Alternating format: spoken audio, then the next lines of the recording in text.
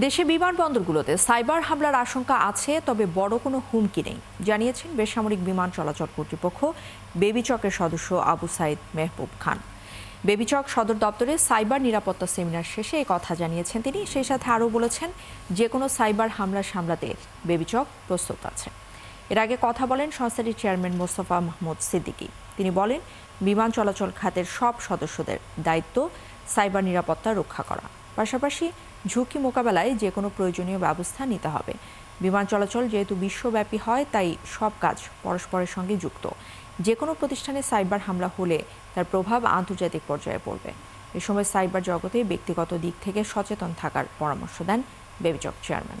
আমরা প্রত্যেকে যদি নিজের দায়িত্ব সঠিকভাবে পালন করি, সম্মিলিতভাবে একটি নিরাপদ, সুরক্ষিত ও নির্ভরযোগ্য সাইবার পরিবেশ গড়ে তোলা সম্ভব।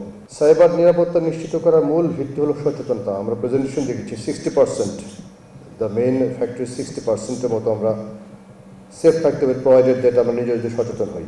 হুমকি তো থাকবেই, কারণ আমাদের সব কাজই কিন্তু এখন ডিজিটাল প্ল্যাটফর্মে এবং ইন্টারনেট এবং ইন্ট্রানেটের সাথে কানেক্টেড। সুতরাং হুমকি তো আছেই, বাট এই পর্যন্ত আমাদের এখনো কোনো রকম কোনো শঙ্কা বা কোনো হুমকি আমরা পাইনি।